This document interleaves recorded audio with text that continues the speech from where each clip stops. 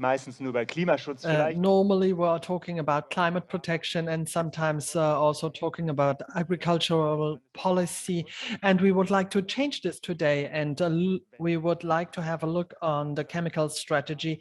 You already have seen it. How much chemistry do we need for the Green Deal, in the Green Deal, and therefore also the perspectives of the European policy. We do have a virtual podium here in Brussels, and we would like to start immediately.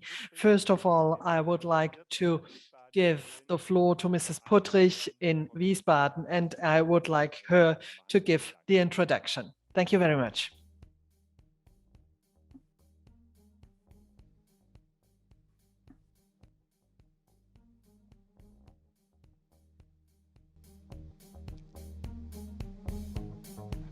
Can we hear it? Sehr geehrte Damen und Herren, ladies and gentlemen, welcome to our meeting about the European strategy of chemicals and the resolution. And I have to say thank you to the VCI Hesse, who had the initiative for this meeting.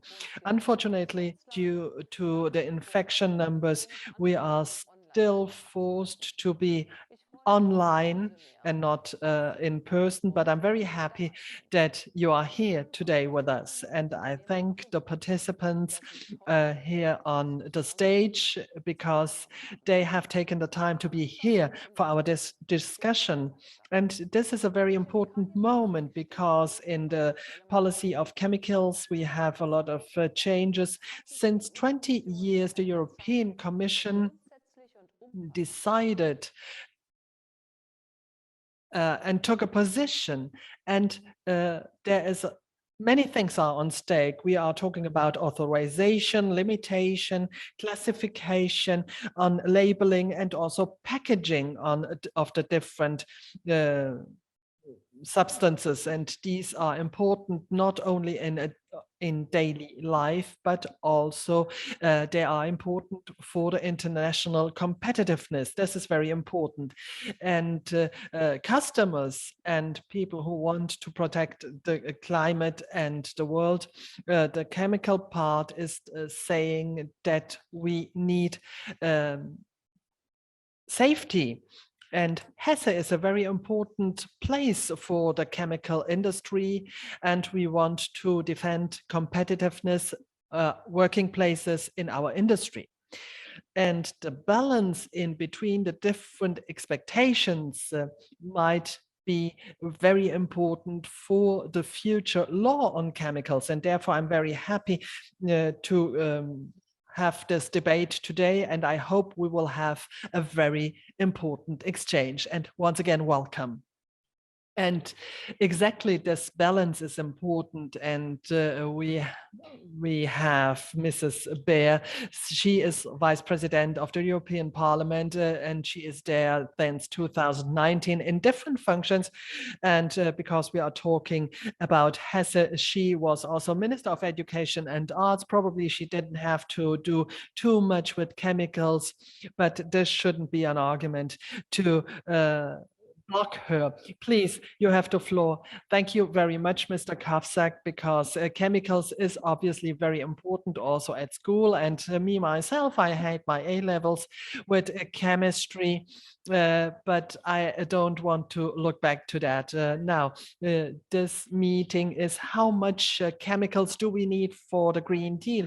And probably we can go ahead. How much chemicals or chemistry do we need? If we think about our daily life, then we see how important and how strongly all this is concerned by chemistry, and this was very important the last 2 years. We had bottlenecks, for example, there were no disinfectants and other products that gave the customers the idea to be very important, and this is only a small part because we all have chemicals from toothpaste to our hand cream and use them every day. Many of us are not thinking about it, and therefore it is so important to balance this topic. And it's very important that we want to make this product safe, not only for the customer, but make them also more sustainable. And therefore,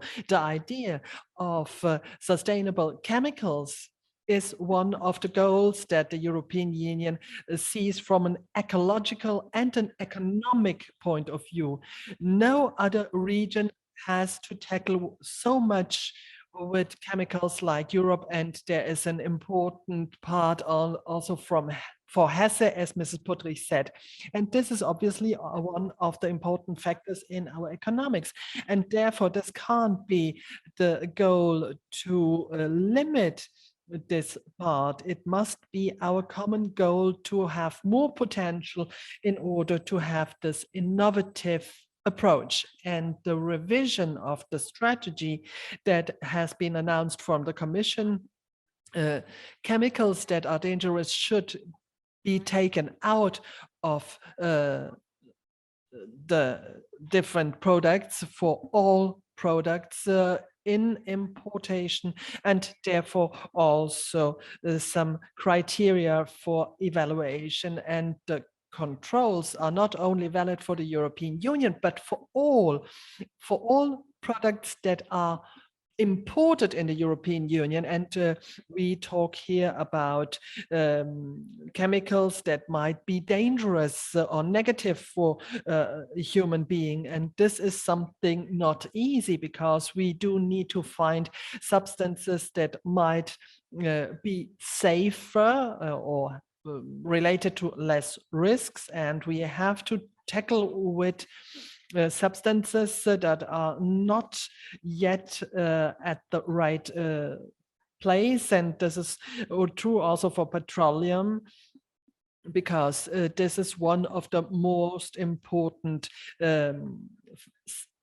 vectors in our daily life. And then we have also products. We do need products for the customers that should be not too expensive. And we see that we are talking about transformation and also to back the chemical industry. And we shouldn't make the error to have old against new industry, because Germany is a high industry nation, and we have to stay like this. And therefore we have elder products and the Green Deal and the 750 billion packet Next Generation EU are really the occasion to go ahead. And we should use this advantage so that we can develop the products for tomorrow and the day after. And with the policy, we are talking also in the chemical sector about bridging with the companies between ecological and economical goals of the European Union. This is a huge, and in all scenarios, we are talking about losses in different parts, and this particularly because the influences can't be foreseen directly, and we do not have a lot of recycling and less opportunities of recycling than in other sectors. And therefore here too we do need clever people. Chemicals in Europe are very important. And to 2005 we were the biggest producer of chemicals worldwide, and therefore we have well-paid jobs, innovation in the infrastructure, and also taxes that are paid. And therefore we have to guarantee a regulation, or even although we have regulation, but that should go together. And I want to guarantee this in the whole field, from the strategy to the energy prices, we do need to have a high interest to have high intensive industries working on the international field, and in the same way also be at the right price for the consumer. And therefore we shouldn't block anything. We do know we need a chemical industry that leaves the sector chemical, so that afterwards the chemical parts are going to other countries with less social and ecological approaches. This would be stupid because it would be against the environment, and therefore we need an energy policy with highly intensive industries in Europe. And we should not only see less CO2, but we have to be CO2 neutral for several parts. And this passage is very important, and we will also have compromises as far as gas is concerned, or for example for hydrogen. And our neighboring countries have their compromises. Everybody has his own energy mix, and the actual discussion about taxonomy states that we have the common goal to go ahead and be CO2 free in 2050. The taxonomy is kind of a plan to reach this. We are using gas. Other countries are also taking into consideration nuclear power. And me personally, and not the vice president of the parliament, is an error to have taxonomy to be the basis for a private and public finance in a society. This is something I have said already very often, and this leads now to the different points that would be too much for a meeting like this, but maybe we can come back to some questions in the debate. And I'm talking as a vice president right now. The revision of the chemicals strategy is only one of the pieces for the CO2 free environment. And we also have the discussion about ladies and gentlemen, in 2000 we had the Lisbon strategy in 2010 to be the most innovative part in the world, and we are already in 2022. We wanted to have this in 2020. Now in 22, I can say, please, not only words, do something and give us the innovation start that we need. We need it as a continent from the scientific, economic, and political point of view, because otherwise we lose our place in the world. And with me, I will go ahead with the chemical industry, with all the companies, and not without them. Thank you very much.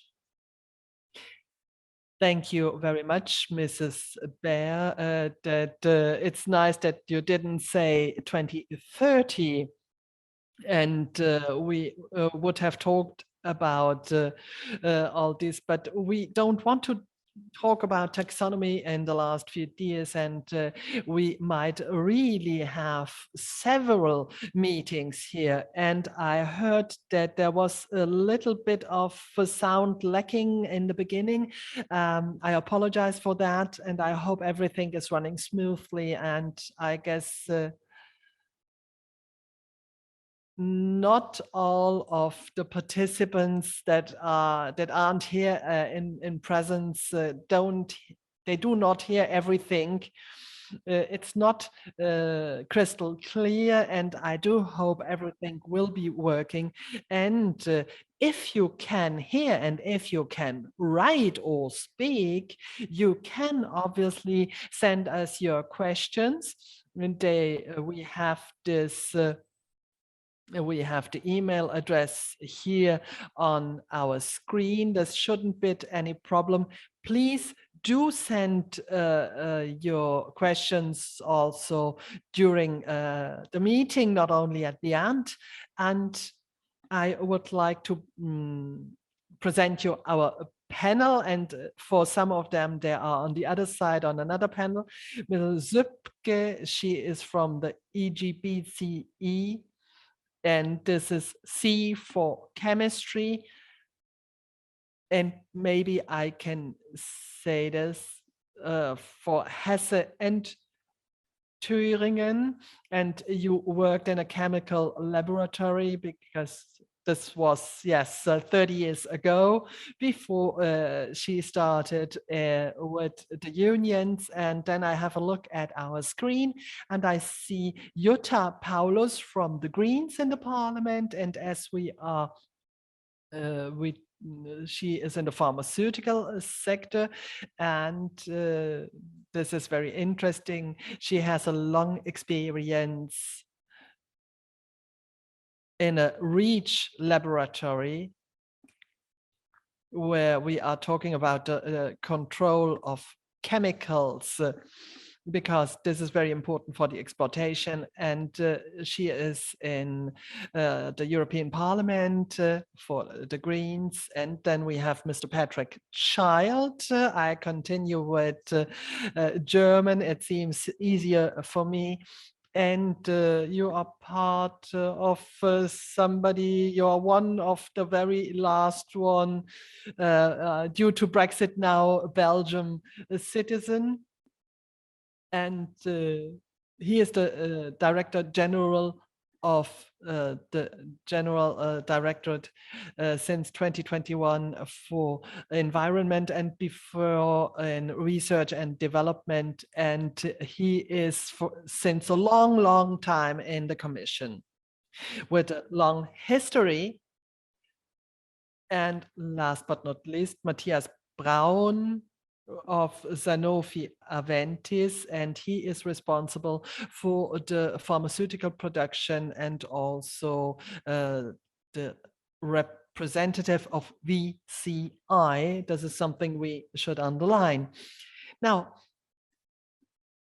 we do have the first point on our side. We have a critical view what is coming, and I think it's only fair to give the floor to Mr. Patrick Child.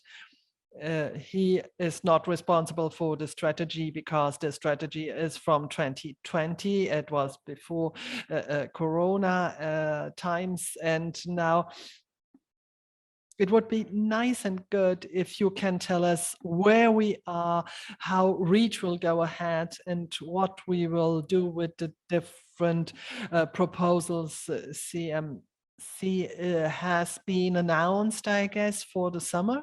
Well, thank you very much, and thanks very much to the Hessen representation and the German Chemical Industry Association for this opportunity to address you on this important topic, but also to give me this extremely exhilarating reminder that I still have progress to make with the German language. And but thanks also to Nicola Beer for setting the scene with such erudite completeness and framing our discussion in the broader agenda of the European Green Deal and other things that are going on. And I'd like to start just by saying a few words by acknowledging the contribution that we've seen from the European chemical industry over the past 15 years to make REACH and its application in the European chemical sector such a global success story. And all the efforts that we've been making together with industry, I believe, are bearing impressive fruit. Thanks to REACH, we have a very, very strong and very competitive chemicals industry. And we have also gained a huge amount of knowledge on chemicals manufacturing processes and safety and their environmental impacts.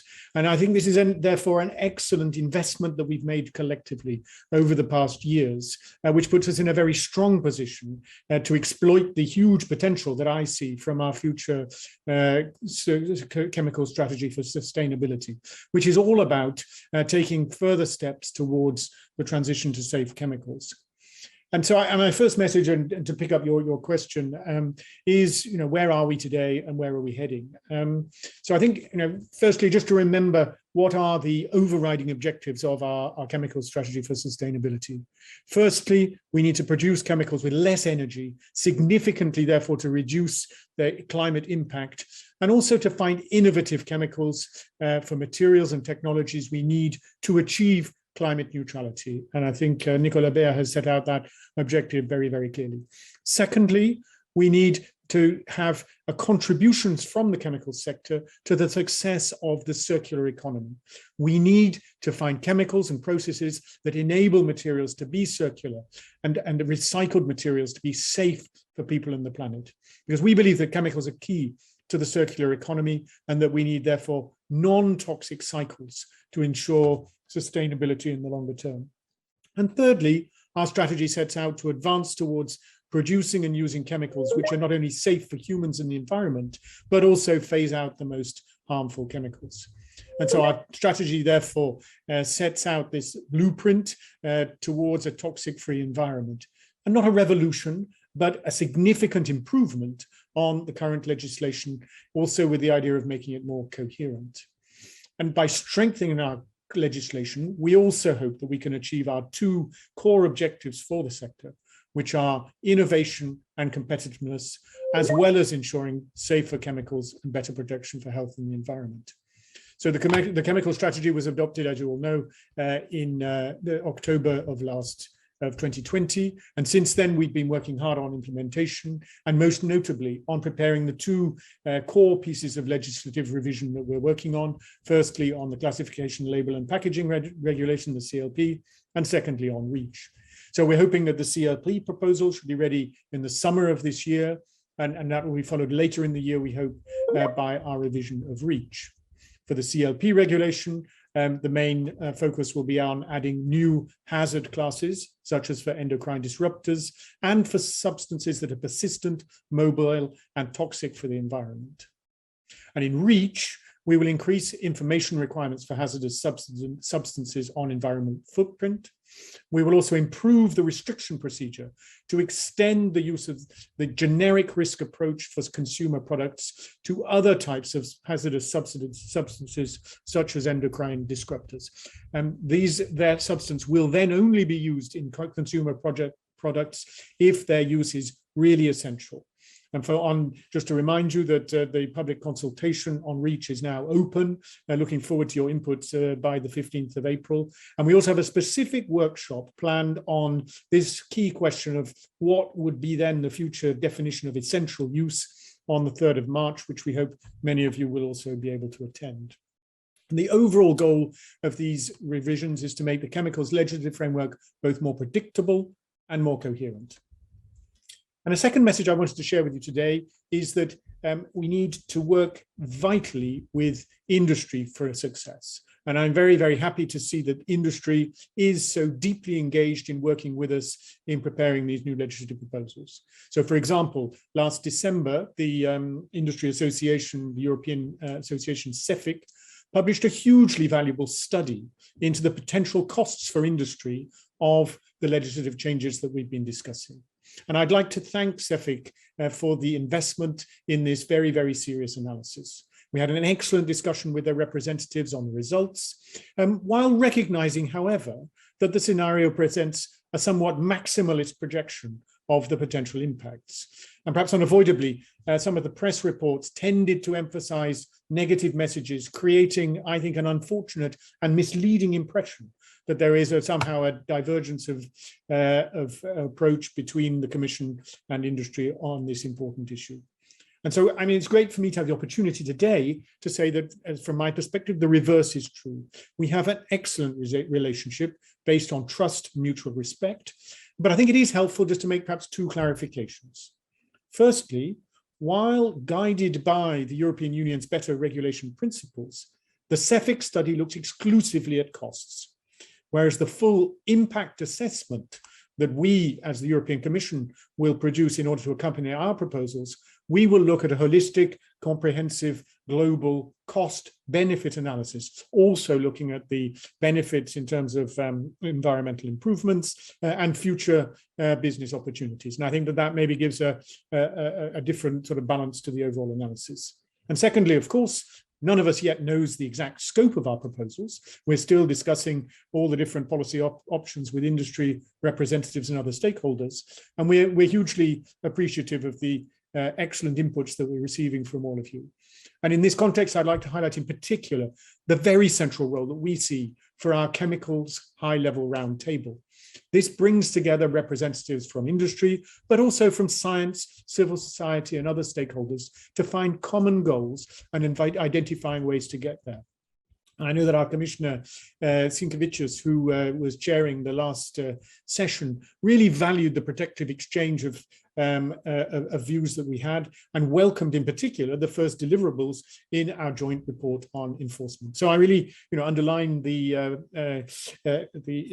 commitment that we bring to the work of the high-level roundtable and look forward to continuing this important forum of dialogue. And just before I close, and I'm sorry I'm speaking a bit long, but I just wanted to share a third message, which is how the sustainable chemical strategy, we believe, presents also a huge opportunity, not only for Europe, but also for our chemicals industry, which we are proud to see as one of the sort of leading industrial sectors in the continent, and an area where we clearly have strong commercial advantages over different parts of the world. Something, by the way, which has been supported very strongly by the collective investment that we've already made in the REACH framework that we have today. And we believe that the chemical strategy for sustainability will give this strong position of the European chemical sector a further boost. We are in global markets leaders, not followers, and we should be proud to maintain this tradition. If our chemical industry is able to find safe, sustainable alternatives, for example, to some of the more damaging and dangerous chemicals like the PFAS, this will provide huge market opportunities in Europe, but also beyond. Or if we are able to find safe, sustainable and scalable solutions for high-performing batteries, something which is receiving, of course, a huge amount of attention at the moment.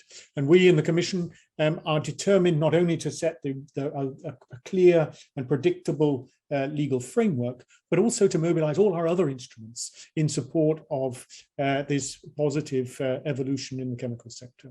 And so, for example, as part of our industrial strategy, the Commission is developing a transition pathway and roadmap as part of our digital and green transition agenda, specifically for the chemical sector and its value chains. And we're looking forward to dedicated discussions in the EU Industry Days on this specific topic later this week. In addition, and finally, we are creating legislation. In addition to the legislation, we are also looking for opportunities for funding support, whether that's from the Next Generation EU funding that Nicola Beer talked about, the Innovation Fund linked to the resources mobilized from the emissions trading scheme, as well as from the cohesion funds, research and innovation program, and all the rest. And I really urge people who are participating in this event also to look for the opportunities that are there. So let me just conclude, ladies and gentlemen, by recalling the really key importance of the chemical strategy for sustainability as a key core deliverable of the European Green Deal, and one where we are passionately committed in the Commission to working with industry as well as all the other key stakeholders in order to make the green transition a reality and to find innovative approaches together. Thank you for your attention. Thanks a lot, Mr. Child. Although I must strongly reject one point that you gave the impression that the media is only looking for negative views and negative news and is just overselling some things, some whatever kind of organization is publishing. I was talking about the Anglo-Saxon press. Of course, okay, we can agree on that. No. Aber auch da können wir uns nicht einigen. Ich werde es hier unterbrechen. Mr. Braun, Now you are a partner on the new research for a strategy Reach, Global Success Story und ähnliches sind hier gefallen. Und ich würde jetzt doch mal einen Schritt, I would like to take a step back and would you agree with that, with Reach? Do we have the Brussels effect that has been spoken about so often, that half of the world is running after? We might have that in GDPR or the DSVGO, as we say it in German. Or would you already start from there and say, just a moment, just a minute, the success is not as high? And I have to say, I do not have the overview. I'm working in technical part and in environment. We have something similar in Korea, and already before Reach, we had at the agency similar projects. I do not know if this has become something very important. It's a reference, but a cheap reference, let's say. And it has been copied, yes, but did it lead that we could do things in markets that we couldn't do beforehand? Then you should talk to somebody else like BASF, for example. I would say no. Yes, we have more knowledge, and I just anticipate the question. The predictions we had were 10 billion, and if I make the countings is real. And the other topic we have heard, you were not okay, and now you are living well, because everybody in the industry knew that after registration, regulation will be there. But anyhow, I would like to take up the question in this discussion. How much chemistry do we need for the Green Deal? And I would like to go back to what Mrs. Beer has said. More than ever before, because what we had in the era of petroleum is just to jump ahead from these value chains that we had in the 18,000 and later on. And if we should exit the petroleum era, maintaining what we have in our daily life today, and we will have to re-establish some of this chemical parts and all the risks and the needs. We will need new materials, and this will be right for the whole picture. As far as a chemical production is representing today, I would be slightly skeptical. Well, let's see what will rest, and what they did is not a cost analysis but an impact analysis. How much of the chemical part will be hit, and there we can talk about 30 to 40%, and we have to ask ourselves which kind of industry would be happy and dancing if the existence is hit by these numbers, and we try to have a plus value. What we do not consider or are exaggerating, we say Europe is high technology, but who has been in India or in South Korea or China? We are not the only high industry country or a part of the world. We see a world that is different than it was in the 2000s. We have different owners, big companies when you can't do many things, will be stay at a regional level. And then we have to have a look on it, how the chemical industry is composed in Germany. And we have 1,600 big companies. The higher number of our participants are small and medium enterprises, and they do not have the same geographical possibility to move, and they see this as a limit, and have a different perception. They either have to let go, or they have to sell in order to make capital, in order to tackle with everything. And we can say this, we are not far away, because the chemical industry is a history of innovation, because there we had the materials where we can have positive points, and therefore innovation is something very near to us. What we see in a globalized world is at the end finding markets, and this is also the role of the customer, and this is generical, and sustainability has a lot of factors. I can CO2, for example, Mr. Child said we need to use less energy if we want to have the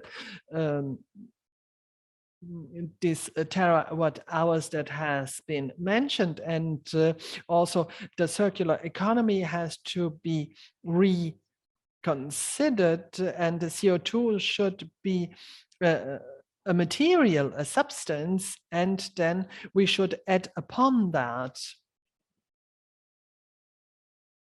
what we see as our association and our economy is that we have stable approaches. And if I hear generic risk assessment, well, then I have two little lamps that glow up, because generical seems that is something that you can cover with whatsoever, and this is the fact. Maybe it is, and then we have the risk. And here I can see that in the societal discussion, there are 2 points that are mixed up very often. One is danger and the other one is risk. And toxic substance doesn't necessarily be risky if you handle everything, and ISO are dangerous, and the most of these products are at the end things that we are using, and the dangerous product is not touching upon everybody. Therefore, this topic is has a different approach, and I hope to find a consensus, and we have to ask, which problem do you want to solve? Which is the problem? In which appliance? Are there any appliances that are not considered? And on such kind of basis, we might find solutions in safety, and not necessarily a danger or a no for this product. If I am, you already said a lot of things we have planned for later on, and therefore I interrupt you, and it seems that we still have audio problems and not everybody is hearing everything, but from here I can't promise anything, Mr. Braun. Thank you very much. There were so many points we have heard, and we were talking about the risk and the circular approaches, because when I came, I started with REACH, and this was one of the first topics I was tackling in such a closed circle. Well, I would like to go back to one point to prepare my first question. Do we need more than what we have? Do we need that strategy? If you can give me a short answer on that before we go then into details. The industry says, and I will defend it, what we have in existent rules, if we implement that with the imports and the rules we do have, then we are already quite ahead. Now, which other impacts we might have? Well, this is something that we should consider, and there might be cases where we can say, yes, this is a step ahead. And for the end, in the CPA, these things are already discussed, and there you have better possibilities, and therefore I can't say anything about this. So I'm going to Mrs. Paulus.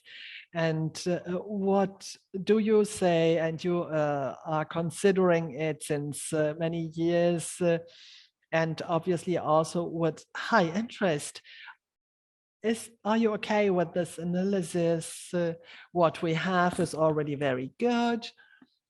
And if it would be applied, it would be enough? Or do you say, no way, it might be right from the industry point of view, but if we see the whole picture, costs and benefits, then the situation is different?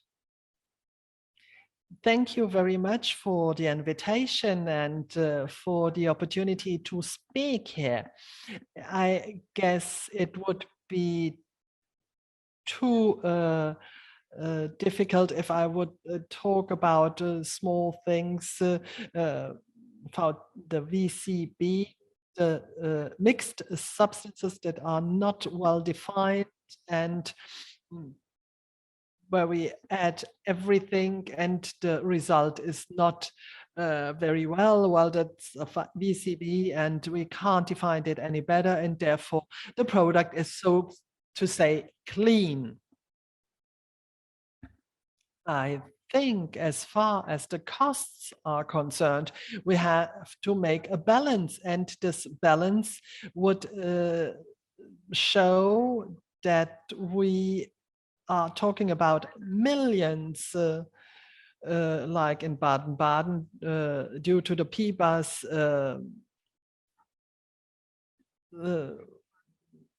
thing, and because we have this different products have been put in a legal way, but these are costs that are then on the back of the whole society.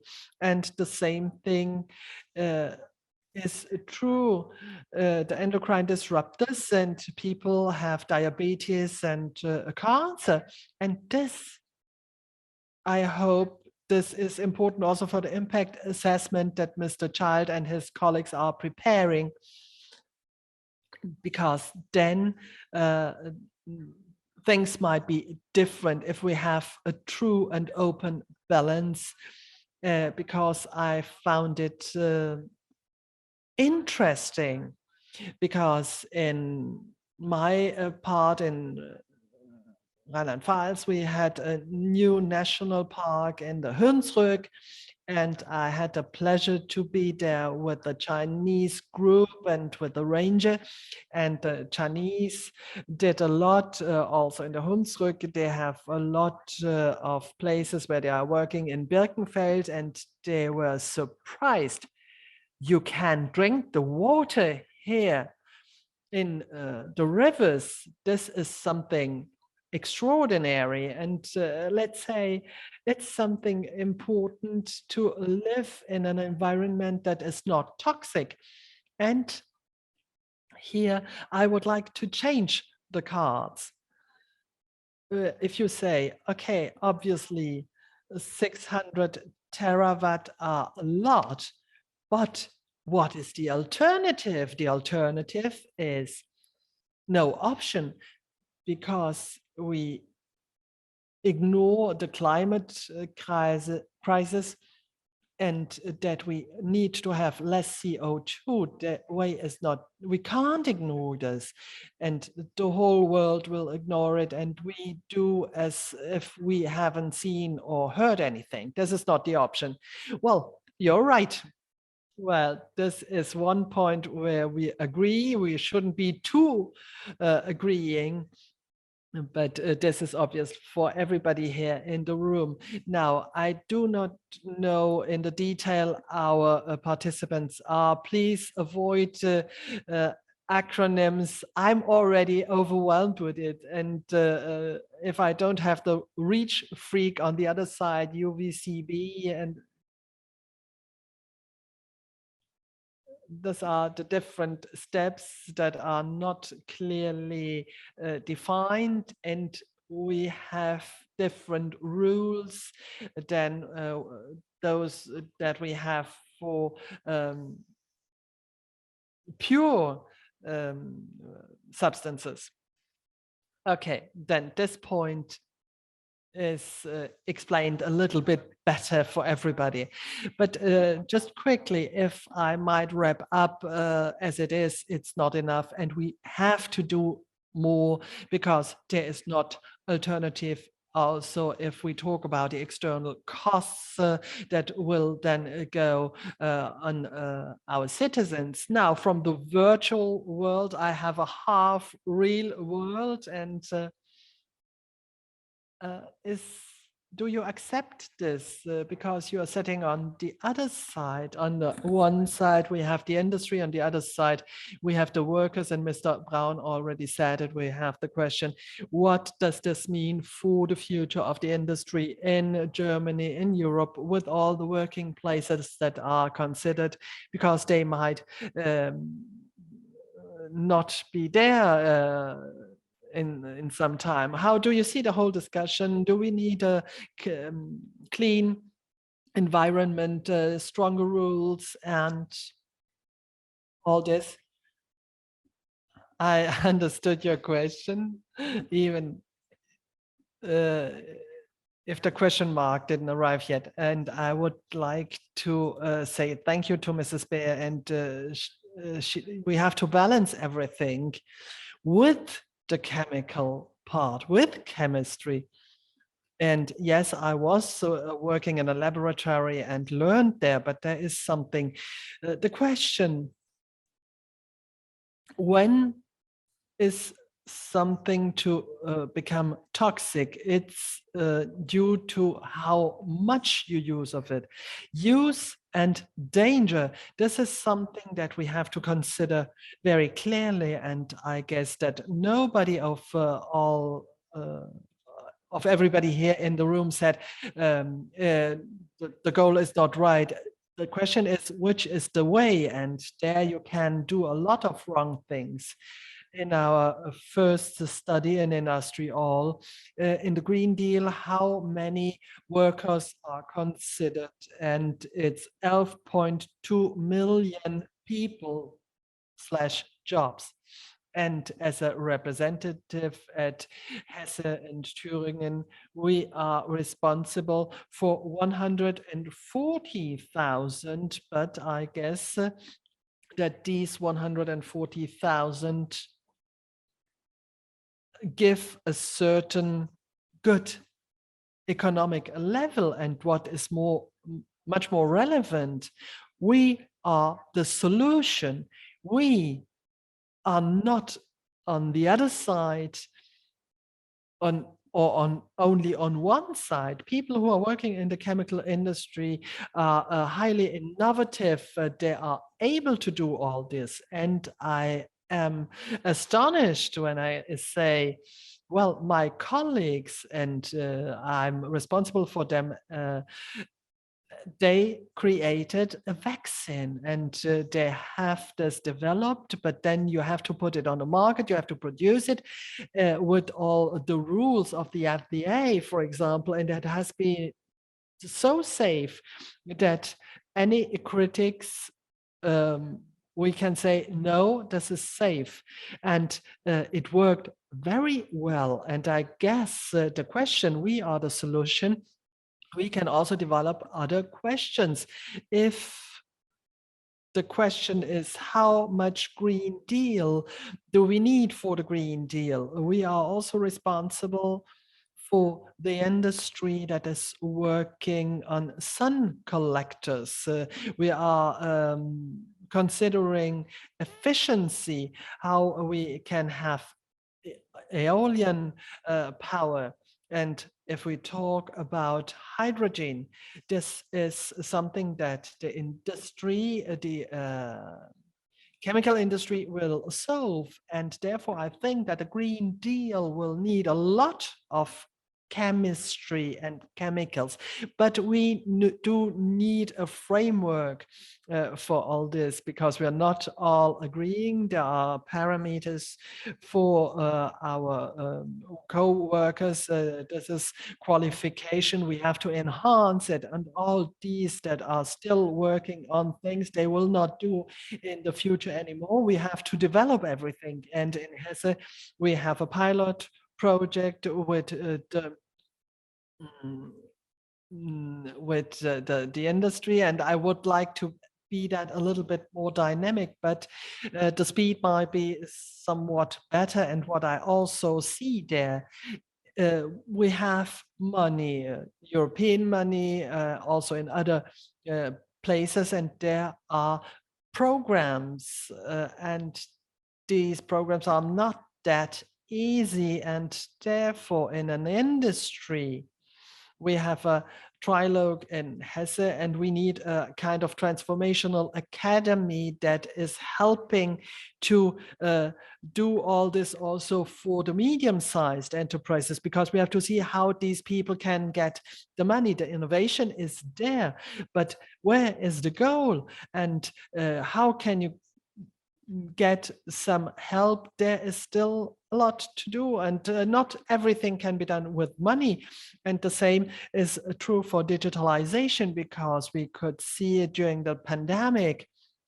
We had the idea to have digitalization in schools, and everybody was asking, why isn't that as quick as we wanted it to be? Because it's not only about the money, all this has to be applicable. And therefore, the idea of our academy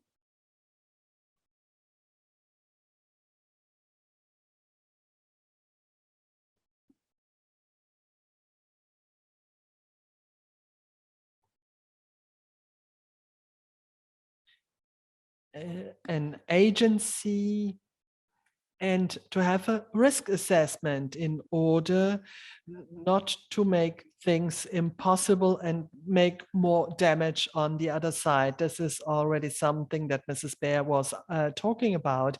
If we are too restrictive, then this is not helpful if then something is coming from outside the European Union. And if we're all describing this, then here in this meeting, this is quite interesting. But this is not what our workers are feeling, because for them, the question, is this a safe future? We have our competencies. Do we have a positive role? All this is not given. I talked to a colleague, and this is, let's say, the part as far as pharmaceuticals are concerned, and vaccine is beautiful. But if we have a look at it, but if we are talking about herbicides or protective things for plants, then you lose like your license to work. And this hits us as chemical industry, and therefore I think it has to be a really balanced way and a dialogue. should be even more intense. If I can come back quickly, you say that the workers are working, are doing, but at the end we do not have the help we should get. Would this be the right way? I would express it differently. There is insecurity, and the first thing we are feeling right now, it's not to be safe and being evaluated, but we see energy is getting higher. We are getting in a moment where we have gas as a substitute. And I heard the news, and the dependency on gas is very important in a very difficult geopolitical setting. And the view on the industry is not really there to value these people. And chemicals is the same as being bad. Well, this Mr. Child, that brings me to you, of course. Is that the point of the European Commission, that the chemical industry is the evil child or evil player in the market? No, certainly not. I mean, I'm sure you will disagree when it comes to that, but just picking up what, Miss, you can hear me? I'm just a bit hesitating because okay, very good.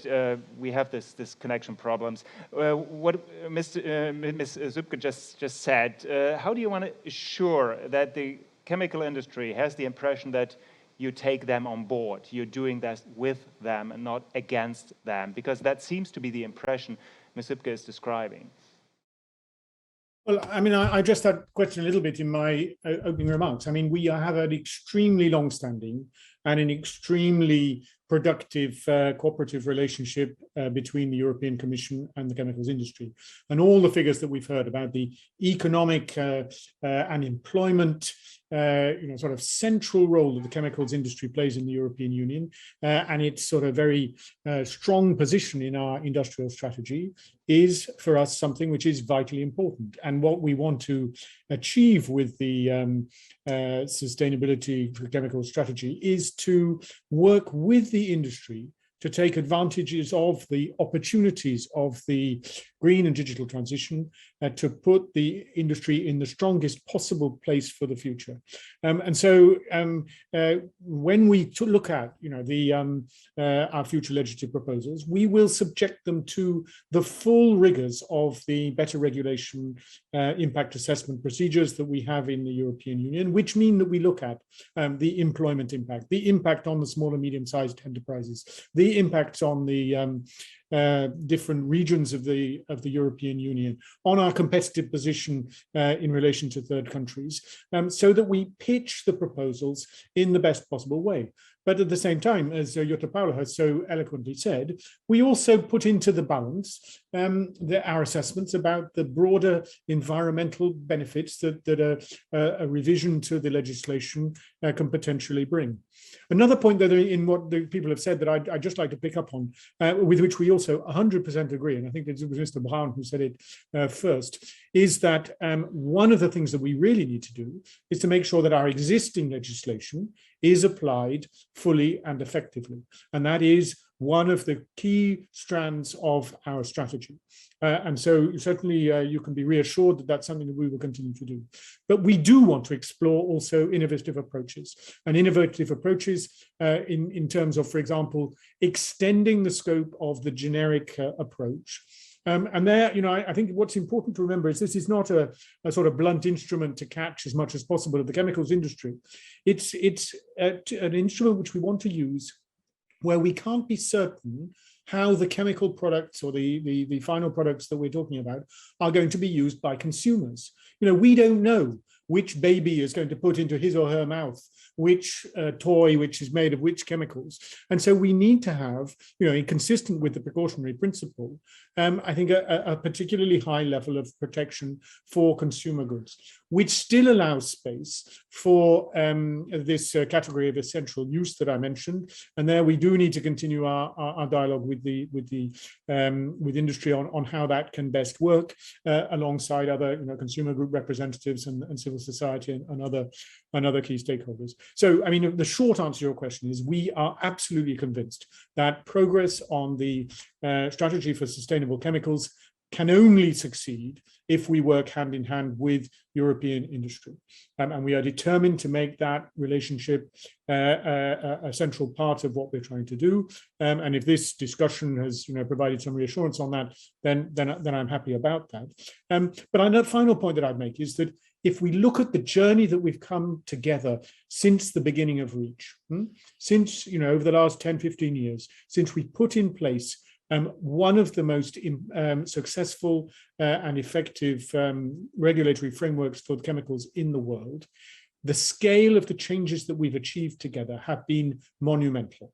And I think that we need to keep the scale of that achievement in mind as we think of the further improvements that we want now to achieve with the implementation of this new strategy. And I'm very confident that the resilience and the capacity for adaptation and the sort of openness to seize new opportunities that I've consistently seen from European industry, particularly as Mr. Braun was saying at the beginning, that innovation runs through the industry, that the source of so much that's in my background in research and innovation, so much of what we can achieve in things like the circular economy, in things like finding new solutions to decarbonization. And there I agree with you, that if we can find industrial applications of carbon dioxide and that is an opportunity we should see, we should do that.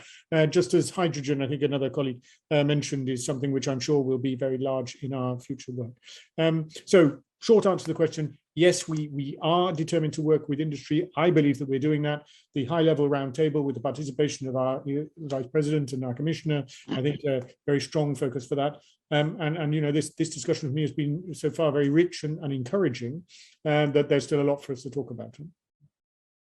May I just ask you one question, the first one from our audience, because it fits quite nicely in here. This comes from Markus Kallis vom Hessischen Ministerium für Umwelt, Klimaschutz, Landwirtschaft und Verbraucherschutz. Das nur für unsere hessischen Zuschauer. He posed the question both in German and in English, so I'll just read the English question to you. And he's asking, you can't do without transformation and it takes time. Do you think the speed at which the EU industry is moving forward in the areas of the global crisis is sufficient to achieve the common goals? From your point of view, in which specific areas should and can the industry pick up even more speed? Well, this is a question which, to some extent, gives a sense of the answer. I mean, I always find it difficult. I mean, as a representative of a public institution, to be, taking a position about the speed or the responsiveness of industry. I mean, it is our businesses who are setting the pace, and we, as responsibility to sort of frame a stable legislative environment, to provide policy support, sense of direction, and where we can, some financial support. But the industry will develop as it develops. But I think that if you look at the European industrial strategy and how it fits together with the hugely ambitious objectives that we have for the European Green Deal, I think we all recognize that the pace of change has to be stepped up massively in the coming few years if we are to achieve the objectives of the Paris Agreement, and thus to avoid the sort of existential crises that otherwise I think we're facing as a planet.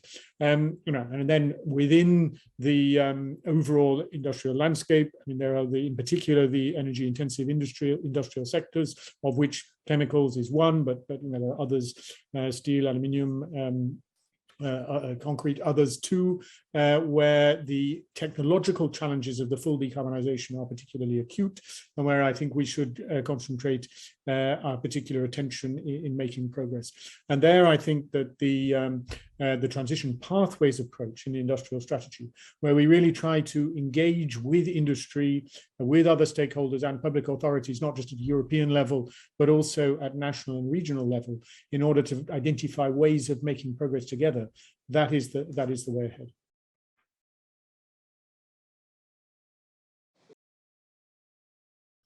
Now, the question seems to be, when we hear what our participants are saying, how can we reach the goal climate friendly and not to be too restrictive? And everybody of the participants says we don't want to be too restrictive, but we have to go the right way. And on this basis, we might see an agreement.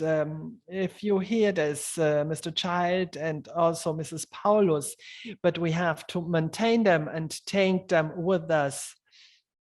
How big is the danger that we are go too far and limit the industry, as you said, and then probably might have problems. Everybody is talking about carbon leakage. It's a topic in the commission.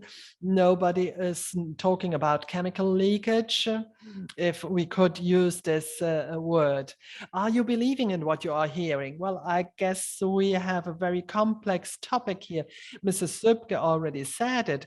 We need the right way for the goal we want to reach. And there we have to have a deeper look in order not to throw out the child with the bath, because with those who want to make further steps ahead, we already have this in the economic field, and we have companies and unions that are working together. If we do not use the creativity that we have in the whole world in order to have the best solutions, and then also opportunities for new jobs, and this we would otherwise kill ourselves. And this is something that we see in the whole parliament in all rounds, and with innovative products to be competitive at an international level, with the new chemicals or the new production procedures to sell all this in the whole world, and then be at the same way also sustainable, and sustainable with interesting incomes. And this might lead to the fact that with Mrs. Paulus, we might be disagreeing in on what timeline we are about which timeline we are talking about, because a lot of things that we are asking to the industry with new production processes that need to be financed, this is something that at the end of the day she should be something that I am able to pay. And if I can't pay it because we are expecting too much where the innovation is not yet there, then this industries will go elsewhere. This is the same for carbon leakage or chemical leakage. And at the end of the day, as an international group, we do not get anything out of it, because if we have standards that are not good, that we would need to introduce, and we have the power, and together with the chemical industry and with the economy and also with the know-how we have in our co-workers, that we can manage to do this, but we have to do something more. Mrs. Paulus, this leads me to you. In the left corner, where do we need something that blocks us? And Mr. Braun said something similar.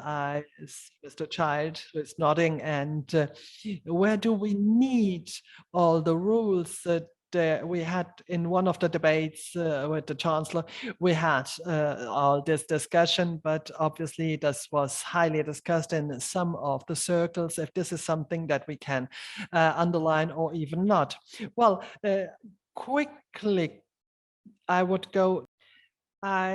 like quickly to go back 2 steps back before REACH. What did we have? We had something that was against innovation, because in 1979, the new substances had to be allowed with all the controls, and the whole old things could stay on the market. And therefore, people said, why should we look for new substances? It's costing a lot of money, and we should stick to what we have. We should be clear. We need a level playing field, that we are not stricter than with what we already had. And generic risk assessment, there is something I would like to say, because it's okay for me if we are looking at the risks, and for those fields where we can tackle with this, because it's a closed thing, and there are protection, and there are small amounts of everything. But what we are afraid of is that with the model that we have from the side of the industry, where they said we have first a risk assessment, and then we start to limit. This is the exact contrary, because before we have the risk assessment, the substance is on the market, so paralyzed by analyzers, at least in a chemical bubble, because we have this long analysis and nothing is happening. And therefore, I'm happy that in the government, after the risk assessment, we can allow the product on the market. And then at the very end, somebody is arriving and says, oh, I have still this, and we still have to check it. This is not possible. And I guess the whole sector has to change.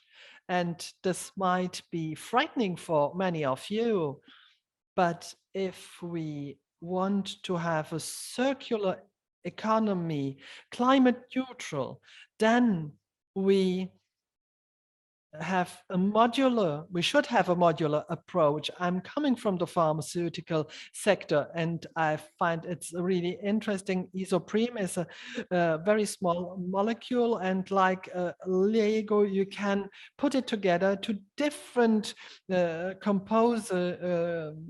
compositions, and at the end of the day, all this can be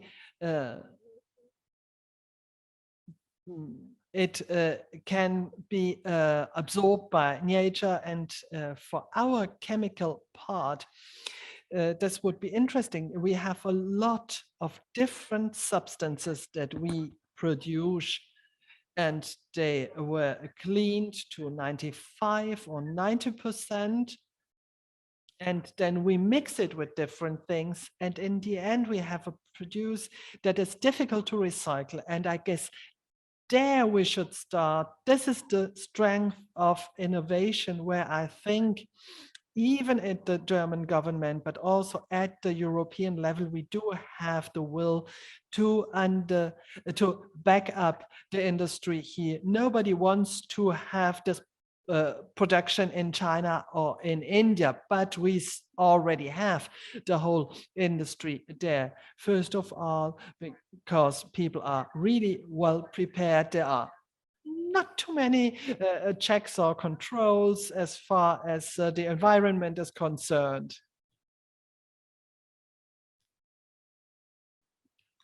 Anyhow, yes, this leakage problem is something we already see and have, and I guess at the end of the day, we have to do everything to have the famous level playing field, same rights and same obligations for everybody. What we try to do with REACH, because we said this has to be valid for everybody, and now we have the problem that it is not enough controlled, and the member states are not always looking at what is coming into the country, and do we have the REACH registration number? And secondly, that we do not have enough power at the agency where we finally heard if the whole dossier is not complete and there are not the right data, then this registration might be cancelled. And this is something we didn't have,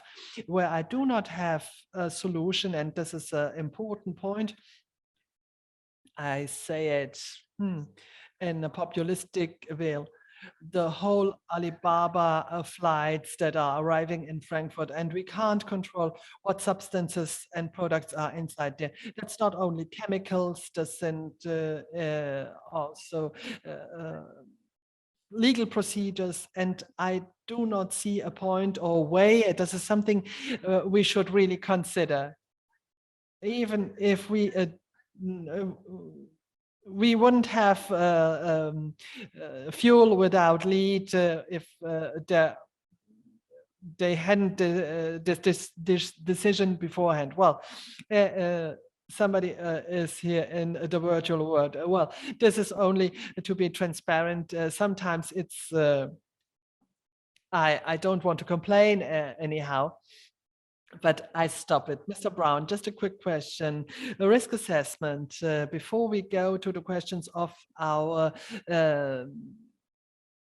of all the people that are watching us, because there are so many different directions they're going to. But as if we talk about risk assessment, and this might block several rules, what are you answering on that? Would you keep it like this? Do you allow the critic, or are you against it? I understand it, but I also can turn it the other way around. With a risk assessment, I can generate a risk that might be, and then I might not allow it on the market. We already had this in different parts and sectors, and this is the other part of the knife. There will not be the right path, and what Mr. Child and Mrs. Süpke said, and Mr. Braun, and we are not sure because we have a regulation in front of us that is not specific, and in order to have a transformational path that can be backed by an industry, I have to go from the not known into the precise sector. 20% of the topics give 80% of the solutions, and 20% of 12,000 is something we might not be able to handle. But what are the concrete measures that have to be handled? Because either in the consensus from regulatory institution are still considered. And what I have seen in the last 2 years in the European Union, and was very interesting, we are coming from the discussion, is it the way to say no, or is it something different? The European Union, interesting projects for common European interests. Now, if you like to put it into a reframe, and these are the 4 categories we are tackling with, this is a very interesting part for all of the topics, and these are the different substances we have inside there. And then you can have a transformation path, and then I can say, is it still quick enough? But I can go into a direction where something else can develop. This is planning, security, and we also have, obviously, can I use this to bring a product on the market? And another part of the regulation, what Mrs. Paulus said, the leader is somebody who needs followers. Now, if we want a European approach here, then we should take these people with us. And it's 10 years I was working in India, and in India they are as strict, and sometimes even stricter than in Europe, but the compliance and the political and cultural compliance is a different one. And one of my favorite examples is compliance is what the single citizen is doing. And if look at the high streets in Germany, and then you can see what the people that are running on these highways are producing, because there's a lot of garbage. Now, if we say plastic in the sea is a problem for the fishing industry, but the plastic bags are inside there because there is no lead, and everybody at the US and other countries have to back up this, and this is something for a planet, then this is as important to take it on a route that they are not afraid of, and where we can say maybe there we have a better approach. And if we in Europe are doing this for ourselves, then it might not as important as maintaining the level playing field. No regulation is worth it if you don't continue to follow it. And in the moment in which REACH is only a common instrument for us, on the other side, the side that doesn't have a REACH and is not going with the rules, I will have no compliance. And this is a little bit what I'm interested in. We are very interested in a level playing field. We want to have innovation, and we are also convinced that we have it, but we do need a path for the companies and the people that are working in the companies. And if this is working, then I'm with Mr. Child, because then you can have other ideas and better ideas. Probably it will not be the same companies that are today in our working, because at a certain point you need another approach, and this is something that is very important. It should be communicated, because to think that you get both without paying the price, well, this is something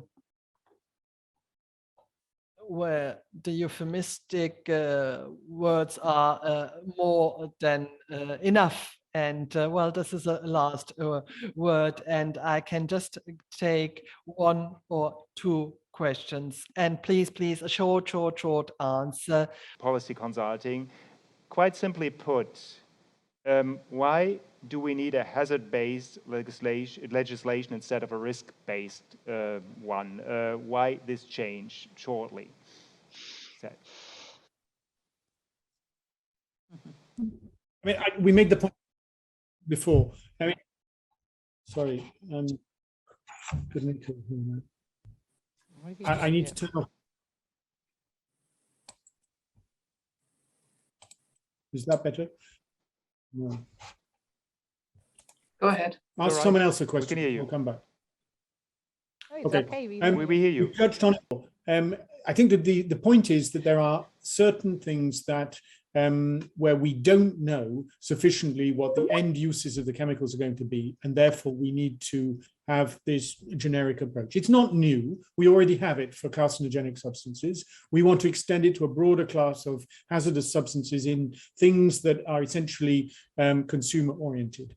And I think, that comes back to Mr. Braun's point. We do need to carry our population with us. And we know that the population does not want to be exposed to chemicals which will give them cancer, stop them reproducing, or will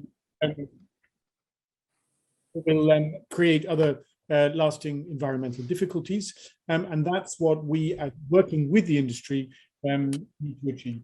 But unless you can have the data that you need, unless you know your market, you don't have a market, and then you can't operate in an effective way. But a lot of things that have been said, I absolutely agree with, in particular on the emphasis on better implementation of the legislation we have, not only to be have a level playing field within the European Union, but also to meet better the access of chemicals coming from outside into our markets. And so I think the very important points have been made. Thank you. Thank you. Und I say this for cosmetics and for the IGBCE, it seems a little bit strange, but it's very concrete where we are going ahead. And therefore I say both of the products are in the CSS are considered not essential for the consumer, but different things like shower gel or shampoo, like sun protection or toothpaste or anything else. To be short, aren't these essential products, or do we have a problem what the normal customer is looking for every day? Mrs. Beer, last word. I guess this is an expert discussion that is still on the way. It's not finished yet, but if we take the population with us, then it should be something important. And we see how important hygiene is. We have seen it in the pandemic, and we have a lot of products that nobody of us would like to miss. Now, the question is, what is inside the products, and how can we define and guarantee that these are things that are good for the customer, but also for the environment? And therefore, I guess this is something that is still to be discussed. Yeah, that's true. I see it the same way. It's not only that we shouldn't use toothpaste or hand cream, but only that we have hormonal or toxic parts that shouldn't be inside these things. And I can say toothpaste is so important that we need to have poison in it. Now, I'm exaggerating, but this is the essential use, that a substance of which you should less possible. We have the Montreal protocol here, and there we define applications where you don't have a right alternative. But this is not the case for shampoo, disinfectants, or other things. We do have alternatives that are not as toxic, and therefore I don't see a huge problem. And obviously toothpaste is something essential, and this is something we agree upon. Mrs. Süpke, we have still 1 minute. What should be done in order to take your workers with you in order to have a more positive approach and outlook? You know what I'm talking about. I would say this is a huge question for conclusion. If I had 15 minutes, I would have a lot of things on my mind. But what I would like to say, what is relevant, is a huge challenge for the population. And it's not only touching upon the workers. Digital has to function. You need to have innovation and solutions. On the whole, we have to be careful that it is socially justified, and not having an eco elite that can afford everything, and on the other hand, people that can't afford. I lived in Berlin for some time, and I said, we will have Prenzlauer Berg against Marzahn, and this shouldn't be happening. We need a society that can live together with a better quality, life quality, where you can still live on your money and have a social approach. Thank you very much to you here in the representation, and to all of those who are on the screen for watching us. And I hope the connection has been better, so that I can leave for your afternoon. We will have the next meeting on the 2nd of March. It's the Women's Leadership Award, and please enjoy the rest of the day. Thank you.